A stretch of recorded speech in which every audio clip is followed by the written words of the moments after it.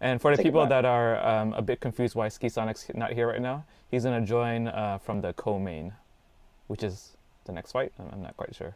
Meanwhile, Bonchan is strapping up to take on who? RB. Wow, so that's the top three. Bonchan, RB, Tequila, Asian Invasion, boy.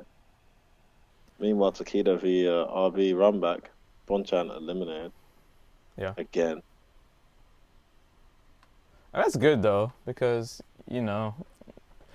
I don't know about you, but when you're on Twitter and you're seeing all these fucking Urian videos where they use all their resources, like okay, I understand it looks cool, but it's really old, guys. Like, can we please see this in tournament or something? There was a tweet that went viral. It was so funny, man. It was like Who this made it? guy was like the training mode version, and he did like two agencies, reset the guy, dash behind him, overhead, like stunned him, bust his head in like 10 seconds. And it was like, it was like in reality, he landed the punch into the Aegis, went for a reset, got DP straight up. It It was like it was was like so a dream funny. sequence, like in Saved by the Bell. Exactly. I mean, it's tough to make those kinds of comparisons directly, but I mean, all commentators make mistakes, not just video game commentators, Hmm. for sure. Like at all levels of every sport. But I think being a commentator is is a different thing than being a player, and it's important to know what's going on in the match, but it's also important to like be able to create or provide like a package. Like that's really what the commentator is doing, like primarily. Right. It has Um, to be digestible. Yeah, I'm with you yeah. on that. But I think So I've come like, across some players commentating like Ali Yoon. He Hmm. goes mm, into so much intricacies of what's going on the screen that about 5% of the people he's talking to would understand what the hell he's on about. Right. yeah, That's not actually valuable commentary. Uh, Mm. I'm guilty of yeah. it too. Sometimes I overanalyze. Uh, hard to make that digestible for the viewers. But yeah, you're right. Yeah. But it's a fine balance. But different. There's different threads that you can talk about. There's different commentators are going to talk about different things.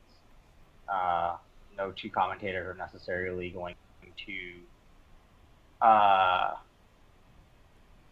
like focus on the same thing. Like you're telling the same story, so to speak, but you can tell the same story like a number of different ways.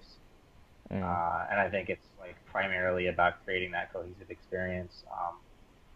Everybody should strive to not make mistakes, but I think the like primary focus to like be a good commentator, provide good commentary, and in service of that, you want to be accurate rather than the opposite. Yeah, That's just me. definitely. I'm as guilty as any. I know. Got to work on that. Yeah, I did a commentary for G League in Shanghai, Mm-hmm. and if I didn't have Burnout Fighter there, because I think my job at that time was like I'm from the player perspective, right? All the technical knowledge, all of the mind games or whatever that goes behind playing in a high tense situation. I think that was my job to like bring it up and stuff like that. And I was just so Right. glad that he was there to fill in the space with like other kinds of knowledge. So like the job that he did, Playing them. there's no way that I could do that. Yeah. That is another thing in terms of roles, and I like we people that do fighting game commentary for the most part are less role oriented, Hmm. um, and so it makes it tough to try to like do one of these two things. And the reason that I say that specifically is because like I have all this theory about commentary. I have all these like pages of stuff that I've been writing, and it really is about like the idea that the play-by-play guy is talking and like not thinking because he Hmm. doesn't really have the luxury of being able to think, and that the other guy does have that luxury. And like while the first guy is talking, the other guy can be thinking, like putting together Yeah, yeah. more analytical thoughts, and he relieves that pressure. And then there's like a kind of a dance to the response. Like one guy can respond to the other, but then the play-by-play guy should trump the analyst because he's like guiding the show and all these things, right? And if you don't carry these kinds of dynamics, it makes it harder to specialize. And like fighting games go so fast that it's hard to put yourself in the mind of the player while also putting yourself in the mind of the spectator while also putting yourself in the mind of the producer. For G League and at least for some other tournaments also, like we had a little like quick prep time, like just to practice, like for example doing the ads or something like that, switching back and forth and stuff like that, and when you want to cut someone off and then to shut the hell up, like stuff like that, right? Yeah. Like that kind of stuff. Like if I didn't practice that, I would have been a bit lost, like in the moment, right? So I think that kind of stuff's really important too. Yes, synergy is obviously if you're talking about co-commentary and commentating with a certain partner or whatever. I think I tried to go out my way to engage my commentary partner long before this whole Logan thing even took off, and it's something I'll always do. Just because I like we're doing now, I like to hear second opinions. I like to start friendly debates during the session. If you've got someone who's balanced enough, you can get that. You can squeeze a friendly debate in 10 seconds. It gives that different perspective.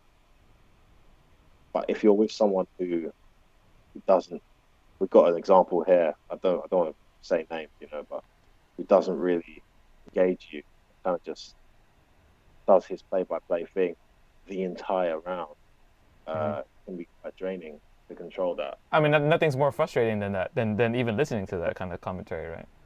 Yeah, listening to him is not really someone I like. But he's got a couple guys who are big fans of his, so they have. But yeah, I mean, it's really important to have that balance, synergy with your co-commentator. And if you don't have it, have a style that's just easy to go with. Look at Eddie Bravo! Eddie Bravo! Hey, don't be thinking that I don't see those tweets about you trying to get on Joe Rogan's podcast, man. Dude, I mention it whenever I get a chance to sell it to anybody. It could be the right exposure. But it has to be the right person though, man, to go in to do that kind of thing. Yeah. If you get some fucking commercial fool on there, no good. I mean, it could be Mike Ross, or it could be me, or whatever. But I don't know. I feel like I have a lot to say. I don't even necessarily want to go on his podcast as much as I just want to like talk to him. But podcast is like the most appropriate. It wouldn't have to even just be me. Oh my god, Tony. Maybe me and a few others. Tony smells blood. See, I mean, like for us, when we're watching this, we're like, he has lots of heart and all this stuff. Like, it's easy for us to say because it's visually right there. It's like, in games, I would love to say something like that, but it doesn't come off the same way. No. I mean, the context is totally different. You have to talk about when people are just down mentally because it's a mental thing. Yeah. Come back 6 games or some shit like that. That is a parallel. Yeah, but I'm surprised that he hasn't gone for more submissions or the Ryan Miller roles or whatever. Ryan Hall It's funny roles. you say that. Look out. Hall. I think I'm a few seconds ahead of you. Oh shit. Oh, here we go. There it is. Oh! Hey, Steve, that's top quality commentary, right? Yeah. Right? Come